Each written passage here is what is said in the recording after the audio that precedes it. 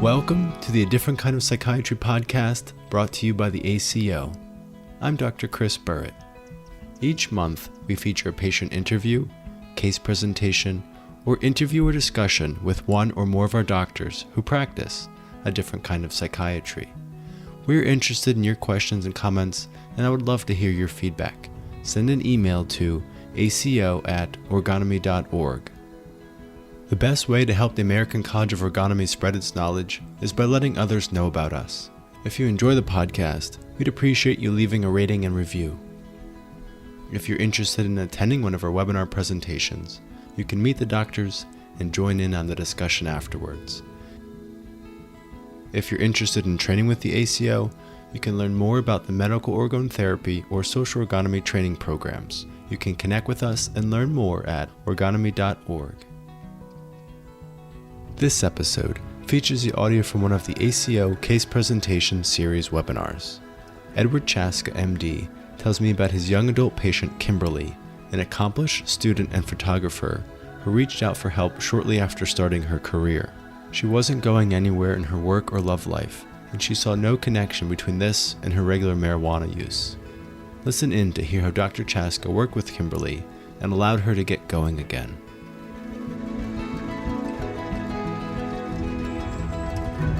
Hi, I'm Dr. Chris Burritt.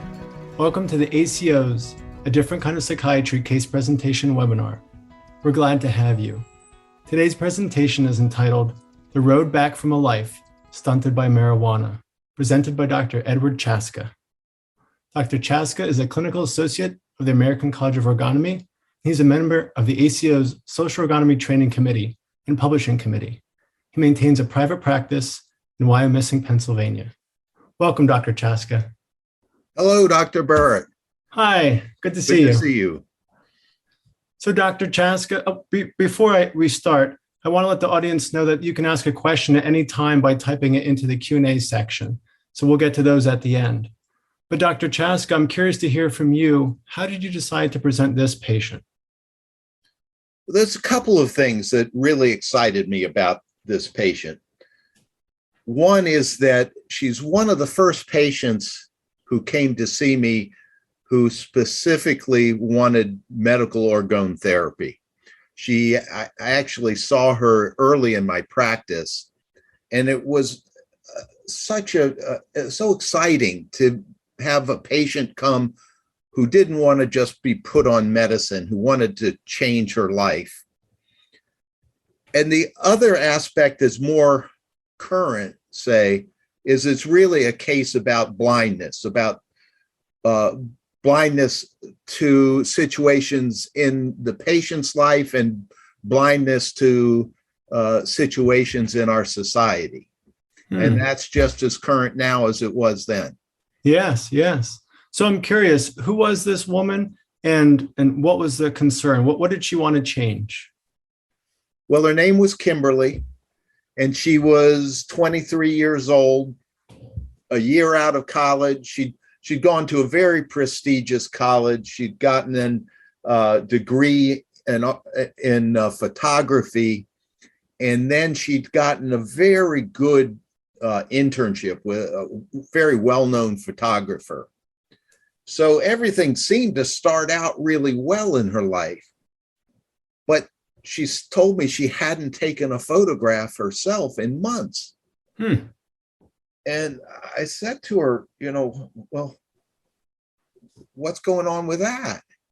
And she said, well, she worked part-time and in the photographer's studio. And then she hung out at night in clubs. And she'd met this young man. He was a singer and a songwriter and played guitar, and he was handsome, and she'd fallen in love with him. And so after work, she'd go to the club and sit there and watch him play, and they'd hang out afterwards and smoke pot all night. So if I'm hearing you, there's this driven, intelligent young woman who is almost going anywhere she wants to, and then she's going nowhere.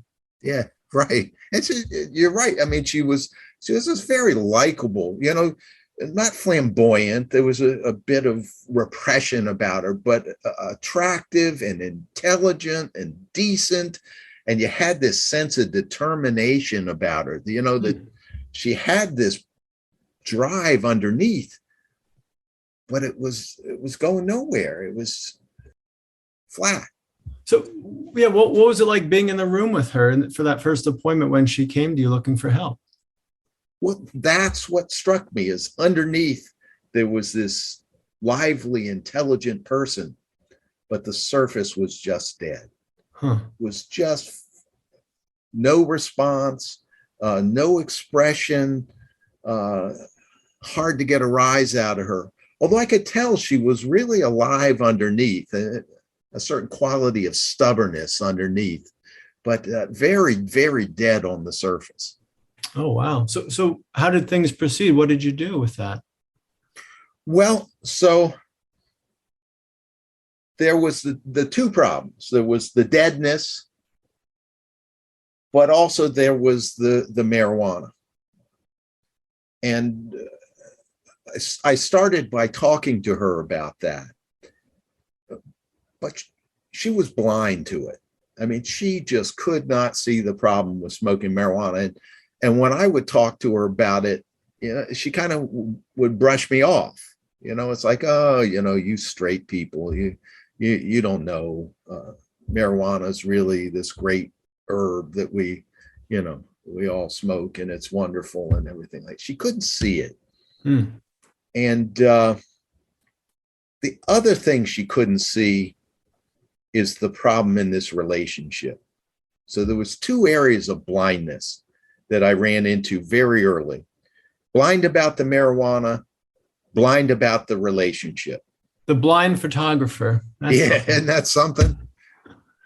She showed me some of her work, and it was great. But she was the blind photographer. So I got her to talk about this guy, and it turns out, he's handsome, he's talented, he's, writing his own music and playing and everything, and she's in love with him, but he's kind of, likes hanging out, but he doesn't really want to get exclusive. I see. And gradually, as I talk to her, it comes out, that sometimes he sees other women, and she's talked to him about where we're going, and he likes things the way they are, but so Dr. Chastka, when you're talking about that, and she's saying she wants to have this committed relationship with him, and he's kind of like, a rock star who doesn't want to be committed. Yeah. What was that like? Was the deadness there? Did she get excited about it or upset?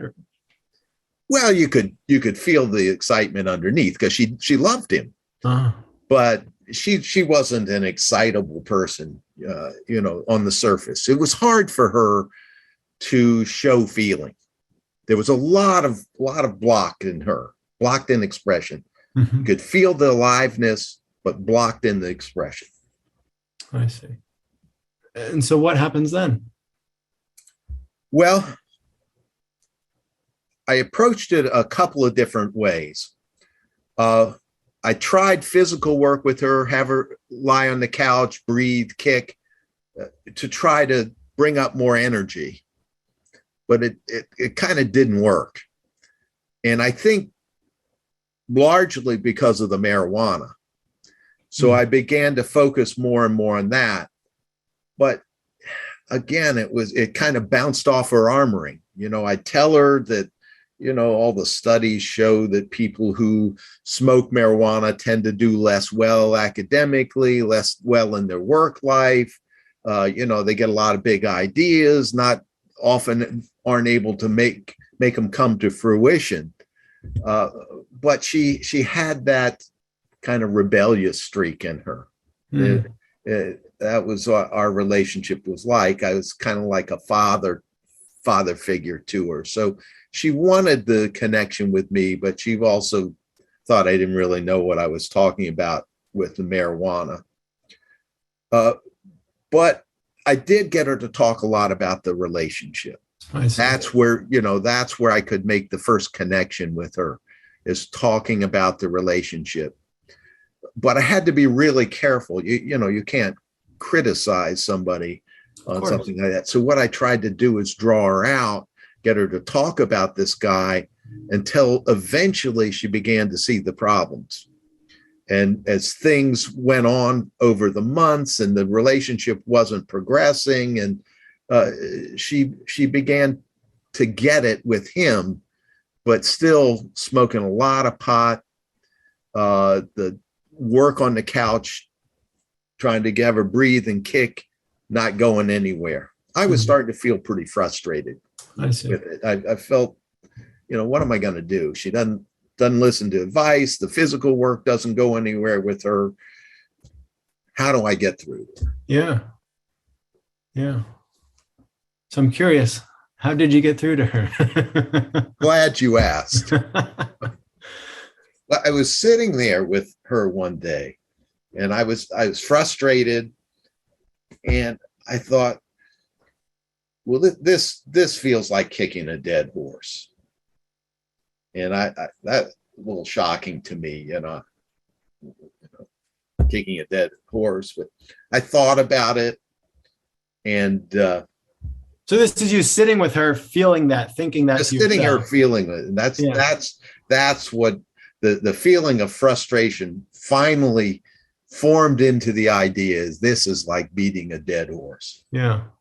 And I hesitated. I waited a while because that's kind of a shocking thing to say somebody. But finally I thought, well, she's not getting anywhere. I'm frustrated. Her life is kind of drifting away. So I said it to her. I said, sometimes this feels like beating a dead horse to me. And everything just went still. It was still anyway, but there was a stillness beyond stillness. Yeah. Nothing showed, no sign of anything except that frozen. It was frozen. She froze, and she froze more. But you hit a nerve. You could feel I hit a nerve. And she didn't say anything, and nothing happened for a few sessions. And then she comes in and she says, I broke up with my boyfriend. But there was something not right with it. There's this kind of smile there. And but it was a trap. I said, oh, good. And she said, well, I've got a new boyfriend. I said, oh, wonderful. That's great. But turns out she found this guy who smokes even more pot than the last guy. I think there was something of a rebound relationship, and honestly something spiteful. There was a little FU to me too, with all my talk about getting off marijuana. So she moves in with this guy, and he was really no match. He drove a truck and went around and stocked vending machines with snacks.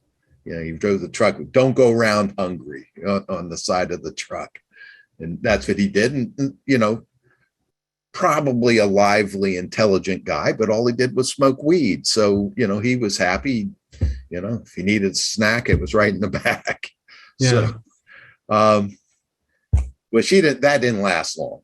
So, a couple of months, and one day she walks in the office, and I can tell there's something different. There's kind of a spring in her step and a light in her eye, and I just said, what's going on here? And she said, I broke up with the boyfriend. I said, okay, all right. She kind of waited a little bit, and she said, I stopped smoking marijuana. Wow. I said, all right, well, that's great. How come? I don't know. She didn't tell me. And then she goes and she says, I'm going to go back to school and get my MBA. I said, wonderful.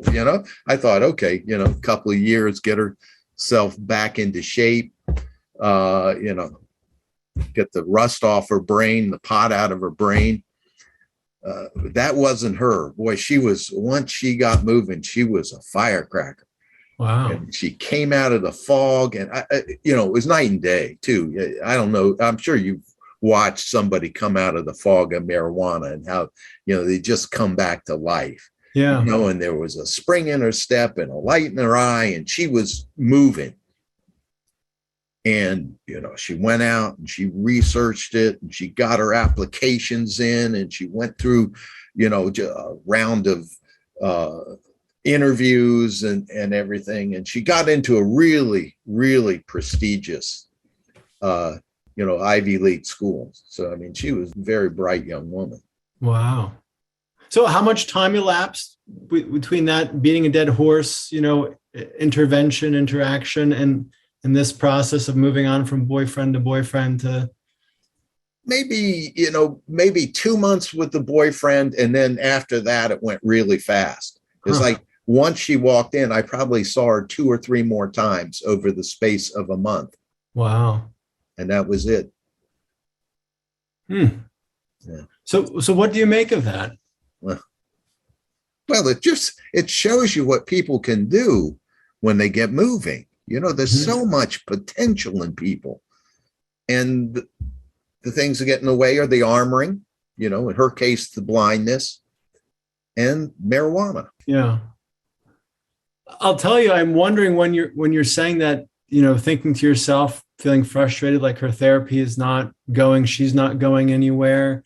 She must have had some sense of that, feeling that herself, like this relationship with her boyfriend. Like, I feel like I'm beating a dead horse trying to get him to commit.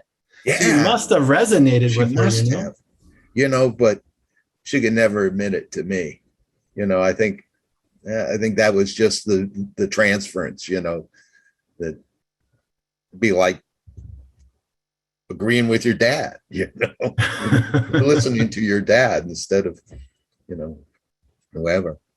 It was kind of like that, when she left, I felt like the father who'd dropped his daughter off at college, because she didn't need much from me anymore. She was on her way. Did you have connection with her at all when she went into the MBA program? No, 2-3 more sessions, and she would, a couple of phone calls, and she was just gone, and she just said, I don't need it, don't have time for it, I'm busy, and she was off living her life. Were you ever able to reflect on, like, with her of this seems to have helped, or would that be just a mistake, just to touch on, just let her be, she's doing well? I didn't. She kind of disappeared. I did hear from her a little later, a couple of years later, a few years later. So, and I got this really nice card in the mail, this pink kind of very nice thank you card. And I opened it up. It was from her. She said, and she told me she'd graduated. She had this great job with this really good company. And she said, thank you. Thank you for helping me get my life back on track. Wow. It was very moving. Yeah.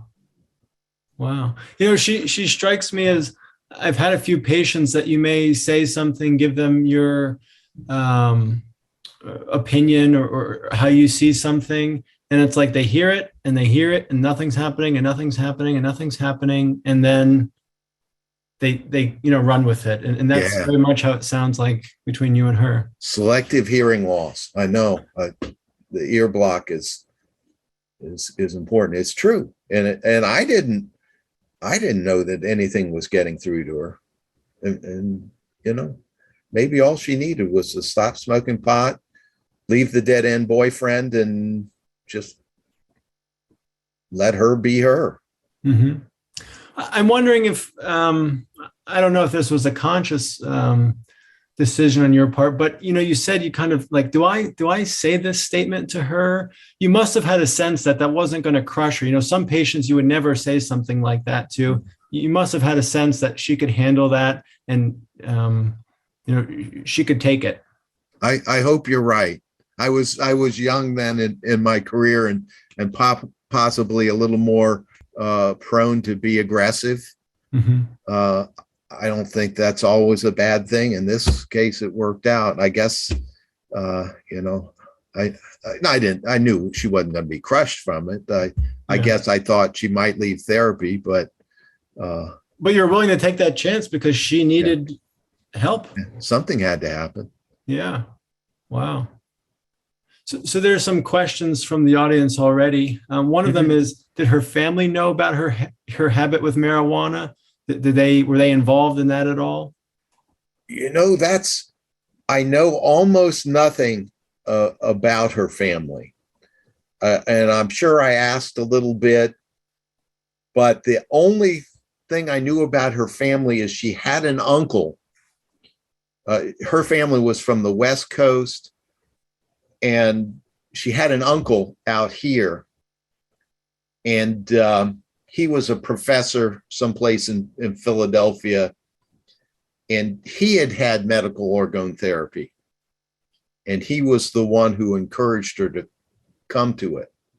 But I really didn't know much about her family. It didn't come up. Yeah. Yeah. And there's another question from the audience. Can you say more about your perspective on the harmful effects of marijuana, how you see that, maybe how you've seen it with other patients, with her? What happens? Well, I work with a lot of young people, and so I work with a lot of young people that smoke marijuana.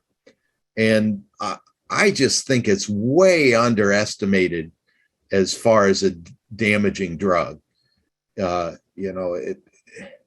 first thing I see is it tends to kill the emotions. It kills the capacity to make an emotional connection with another person. It heightens sensation. So eating can be, very pleasurable. Some people use it as a sexual stimulant, but it can heighten sensation, but it deadens that capacity to make an emotional connection. And it gradually deadens the kind of emotional spark that you see in people. People will get a kind of a dull and a gray look, and you start to see cognitive problems. People can't find the right words, so they can't find the words, so they can't find the words. Their memory starts to malfunction. Their attention and concentration deteriorate, and it coincides with a lot of what we see scientifically. We know there's lots of sociological studies that show that people who smoke marijuana don't do as well in school, don't do as well in their careers, don't do as well in their relationships. There's a couple of very good scans. There's an MRI study from a few years out of England that shows shrinking of the corpus callosum, which is the main connection between the left and the right side of the brain. They saw up to 50% loss of volume in heavy marijuana smokers.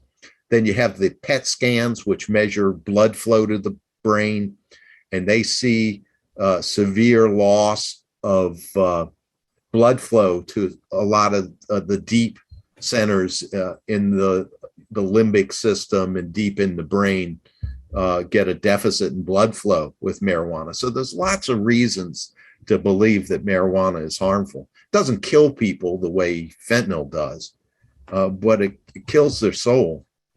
When you're talking, Dr. Chastka, maybe when you're especially when you're talking about the sociologic consequences, I have two young women patients whose boyfriends both use marijuana fairly heavily. And it was always kind of a problem, but never a big problem. And I'll tell you, as they have progressed and become more alive in their own therapy, it has become more of a problem. Yeah. And I see that all the time. Yeah. Yeah. I think sometimes, it deadens the excitement in the relationship, and that lowers people's anxiety. Yeah. So you have a boyfriend that smokes pot, it deadens the charge. Yeah. So there's an excellent question. Early on, when you were talking about meeting this patient, Kimberly, and feeling her deadness, you said that there was her smoking and her blindness and deadness.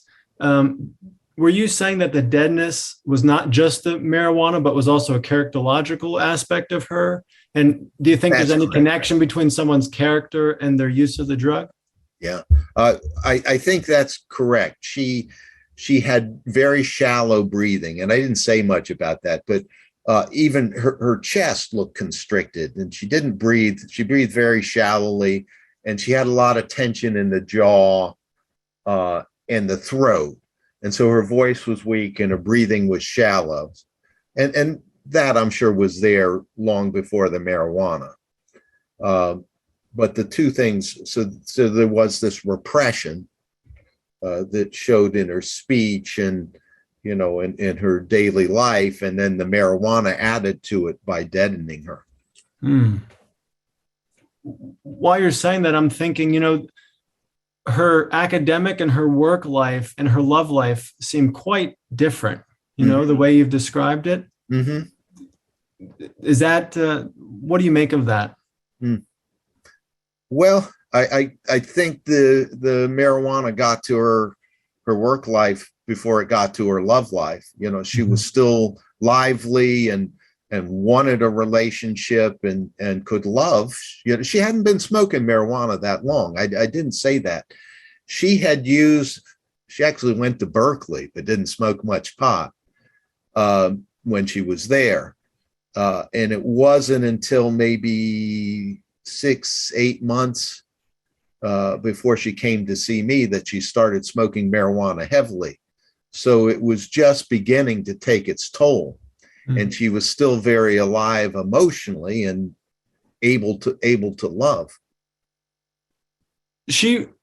Initially, though, she was feeling stuck with her work, though, right? Yes, that's what she it seemed to be something specific, like she would give other people a pass, but when there's something, with her work life, then she had to address it. And that allowed her then to address how she interacted with other people, how she was letting this boyfriend just, do whatever he wanted. Yeah. That really stands out. Yeah. She saw that. She saw that she wasn't making art. Yeah. And she said, I've got all this time. She was only working 15, 20 hours a week. Wow. She had all this time. And she saw the problem, but she didn't see the cause. Yeah. Yeah. So that blindness, you also saw that as not just the drug, but specific to her. I mean, Yes. When I heard it, you sound like, or she sounded like it was this fairy tale. Here's this rock star guy who's gorgeous and plays this great music, and we're going to be happy together. And yet that was not reality. Well, you read it exactly. That's the way it was. And of course, I was like, we'll see. And we did. But, you can't come out and say that right away. So I had to let her talk her way into seeing. Yeah. That stands out right. too. It was like a fairy tale. It was the rock star fairy tale. Yeah. What you said about talk her way into seeing, I see that all the time with patients, especially certain patients who can get away from their feelings just by not even talking about it. And by talking with it about it and you hearing them, like actually hearing them, that allows them to connect with the feeling. That's connecting right. with her dissatisfaction with the relationship. That's what it sounded like. Yeah. And her basic decency. She was basically a very decent, honest person. And when she finally heard it, she couldn't deny it anymore. Yeah. Decent to a fault. Yeah. Decent to a fault. Yes. Good. There's a question. Do patients more typically disappear from therapy, or do they have closure with some final sessions? Wow. It can, it's always ideal to have closure. But it is unfortunate that people do disappear. Mm-hmm. And she did. For her, it was a wonderful outcome, and she got what she came for. I mean, she got her life back on track. She changed from photography to business, but she was excited about it, motivated, and succeeding. So yeah, it would have been nice. It would have been productive to have more sessions, but it's just not the way it worked with her. Yeah. A lot of people run away from therapy. A lot of people's, I guess, my concept of health is probably bigger than what most people come for. People will come for, relief of symptoms, maybe to get some problem in their life solved, but they don't see the bigger issue, and they don't see how much potential they have. People don't see how much good there is in them. How much they have to look at themselves first to see what's there. Yeah, they have to make contact. But people have so much in them if they can let it out. Yeah, well said. That being said, it sounded like that letter was maybe the best she could do, or where she was in terms of closure and reconnecting with you, Yeah.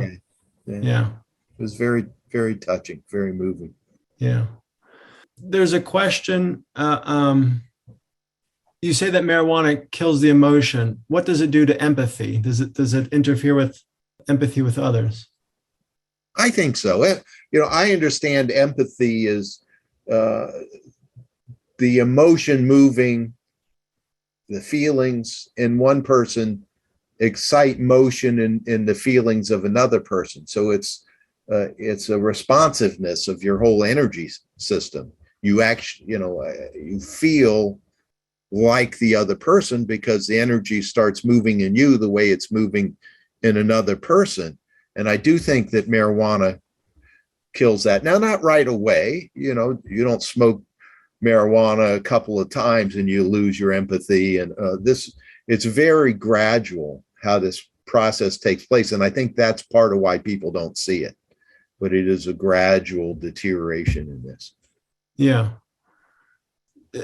If marijuana reduces, energy movement and contact with yourself, of course, and the way you just described it, an emotional connection, empathy with somebody else is feeling that connection between you and that part and what's inside yourself. It would have to a degree, although I think there can be specific, like kind of how she was blind to certain things, but not others.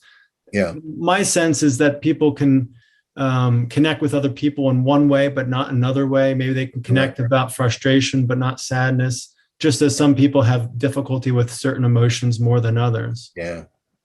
I think she had a lot of problem with anger. That's something that we never really got to in her sessions, but I think that's what got her moving. I got her, what I said made her angry, but she was able to put it to work, and pull herself out of being stuck. Can you say more about what gave you the impression that she had difficulty with her anger? I never saw it. Never saw anger. She didn't get angry at the guy. Angry at herself. It's not that she didn't have anger. She turned it on herself. Yeah. She was self-critical. Speaking of, I have a young woman who smokes marijuana, and literally it was last week when we were talking about it, she said, I smoke weed so I don't kill anybody. And she is not someone who's going to go kill somebody, but what that means is to not feel the intense anger that she has. Yeah. It was very clear. Yeah. And speaking of, I'm curious, how do you address it with patients now? Do you tell them from the beginning? Do you work patient to patient? How do you address marijuana use now? It's getting harder and harder because, people come in and say, well, I've got a medical marijuana card. I'm prescribed it for my anxiety or my insomnia. So it's that makes it a little harder when they have that much investment in it. It takes some time, and sometimes you can't get there, but the way I approach it is to try to get to see what the function of marijuana is. Oh, you take it for sleep. Well, let's talk about that. How's that working? Usually what I find with sleep, marijuana will put people to sleep, but it also disturbs your sleep. So you become more and more dependent on marijuana to get to sleep. Yeah. And that tends to be the pattern, is the marijuana solves things in the short run, but makes them worse in the long run. Yeah. So there's another question. Could Dr. Chastka elaborate on Kimberly's armor being so impenetrable in biophysical work? Could you say more about that? You were trying to use that avenue to connect with her, to help her. Well, in medical orgone therapy, we go back and forth between working on the character and working on the physical armoring. And I think the key with her was it wasn't going to get anywhere until the character defense was addressed. And the character defense in this case was the blindness and the deafness. And that had an element of a transference resistance as well. She wasn't going to let me tell her what to do. She was a little anti-authoritarian, rebellious. Mm-hmm. And so that, I think that was what eventually got addressed, is, her anger was bound up in this relationship with me where I didn't know what I was talking about. Marijuana's good. And eventually when we got through that, the anger got moving and got her going in her life. Yeah. I mean, I just can't help but it's so amazing that your work was biophysical. She was a dead horse that you couldn't move, yeah.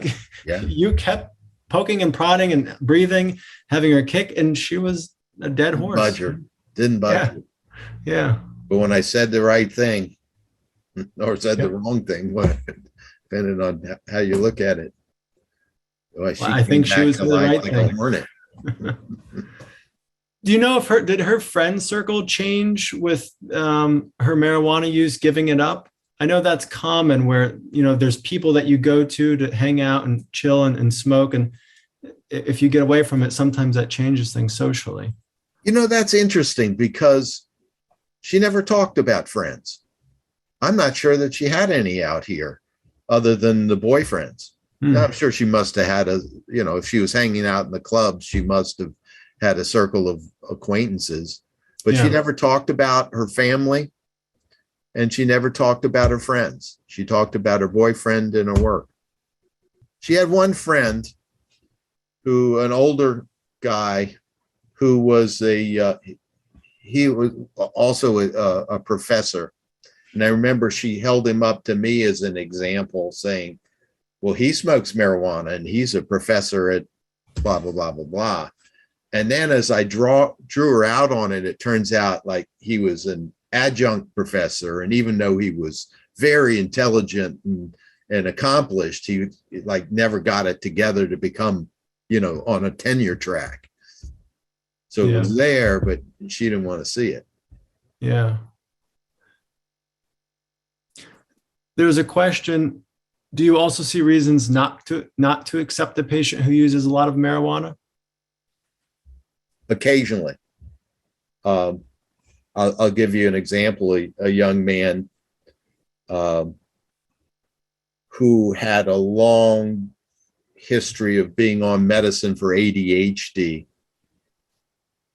And it had helped him a lot when he was younger, but then he started smoking marijuana very heavily. And I made a deal with him. I said, I'll restart your ADHD medicine if you get off the pot. But he couldn't on his own. So I said, okay, you better go into rehab then. He had to go into rehab, and he did get off of it,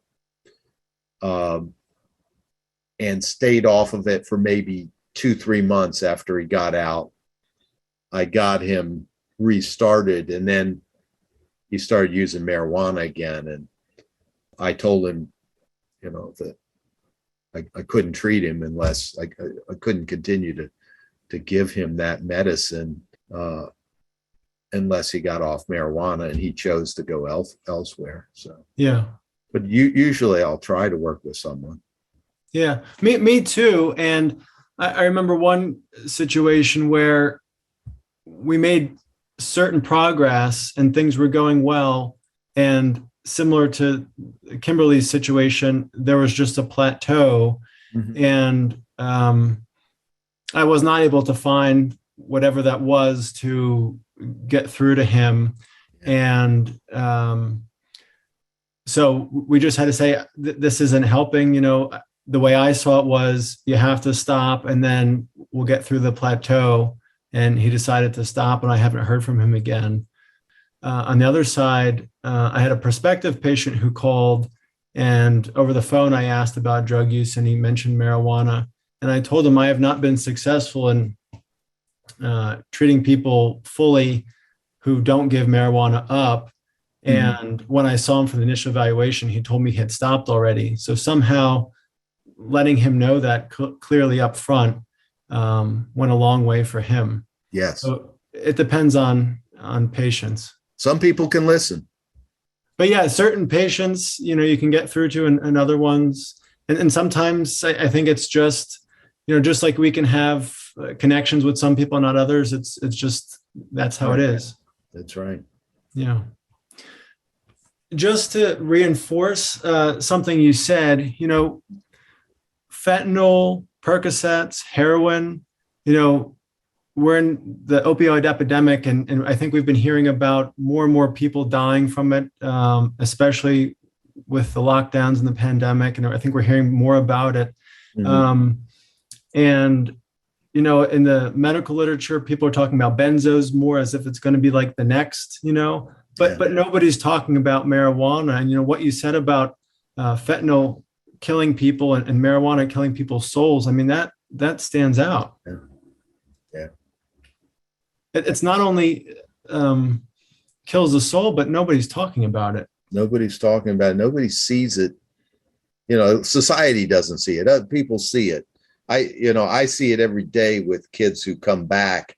They get off of it in about a month. It's like night and day, and the families see it. World doesn't see it. Yeah. So, Dr. Chastka, is there anything else about her story or your therapy with her that you think's important to emphasize? Well, one aspect of it was that the way she came to see me is that she was young, and a lot of young people can't afford medical orgone therapy. And so she had the relative that I mentioned earlier who told her about it. So she called the American College of Ergonomy, and she came to see me through a reduced fee referral service. People may not know, but for young people who are just getting it started in life, there is that option. If they want medical orgone therapy, they can call college, and there is a reduced fee referral service. Yeah, I think that's great to mention. Someone who's just starting out and doesn't have the resources, that's a great option for them. Yeah. Well, Dr. Chastka, this has been a wonderful discussion and presentation, and I really enjoyed it. Yeah, me too. Thank you, Dr. Chastka. Thank you. Thank you for hosting it.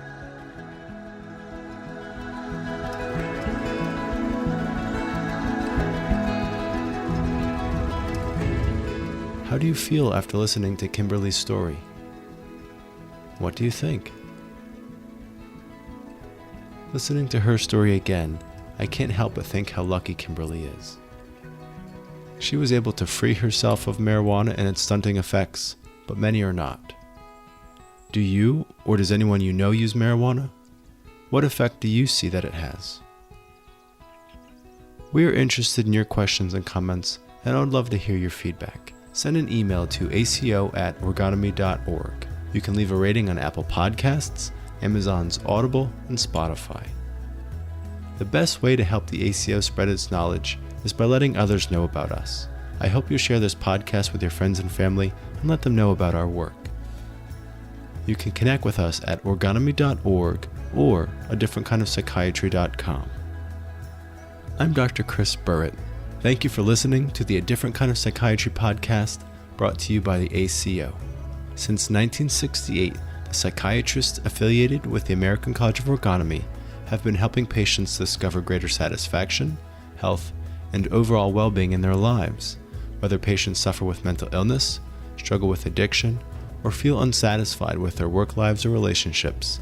Medical orgone therapy, as practiced by the physicians at the ACO, offers a way forward, often without the use of medication.